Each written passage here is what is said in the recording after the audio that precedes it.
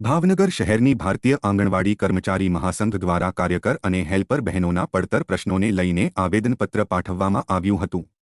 ભારતીય આંગણવાડી કર્મચારી મહાસંઘે કલેક્ટરને આવેદનપત્ર પાઠવ્યું હતું। ભાવનગર ભારતીય આંગણવાડી કર્મચારી મહાસંઘ દ્વારા કલેક્ટરને આવેદનપત્ર પાઠવીને કાર્યકર બહેનોને પ્રમોશન તેમજ મોબાઈલના નાણાં સમયસર મળી રહે, પગાર વધારો કરવામાં આવે અને એમએમવાયના સ્ટોકનું ભાડું સમયસર ચૂકવાય તેમજ ગ્રેજ્યુટીના નાણાં આપવામાં આવે વગેરે જેવી પડતર માંગોને પગલે આવેદનપત્ર પાઠવ્યું હતું।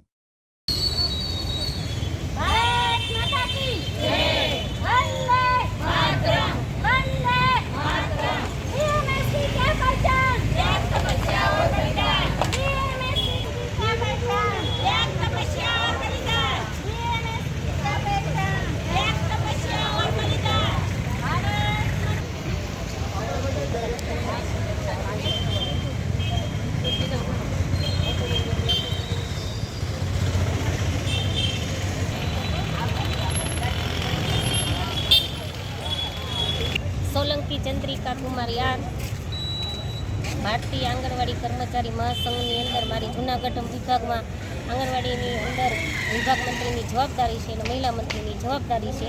અમારી 8/8/24ની અંદર અમારી પ્રદેશની અંદર એક બેઠક થયેલી, એની અંદર ઓલ ગુજરાતના પ્રશ્નોની ચર્ચાઓ થયેલી। એની અંદર બધાએ આજે ઓલ ગુજરાતની અંદર નક્કી થયેલ છે કે બધાએ 4 વાગે આવેદન ભાનુબેન બાબરિયા આપણા મિનિસ્ટર છે એમને અને ભૂપેન્દ્રભાઈ પટેલને આપણે એક આવેદન દેવાનું છે બહેનોના પ્રશ્ન માટે।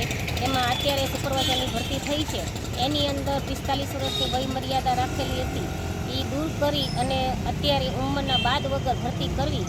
અત્યારે અર્બનની અંદર 2007ની અંદર જ્યારે જાહેરાત થઈ નક્કી કરેલું હતું કે 50% અંદરથી બહેનોને ભરતી કરવી, ત્યારે કોઈએ કરેલી નથી। અત્યારે આટલા વર્ષ થઈ ગયેલા, ગામ્યની અંદર થઈ ગયેલી છે, અર્બનમાં નથી થઈ। અર્બનમાં પહેલી વખત ભરતી થઈ ત્યારે ઘણા બધા બહેનોને અત્યારે ઉંમર વટી ગયા છે, અત્યારે ઘણા બધા બહેનોને અત્યારે ઉંમરના બાદ વગર આપે પ્રમોશન, એવી અમારી માંગણી છે। અને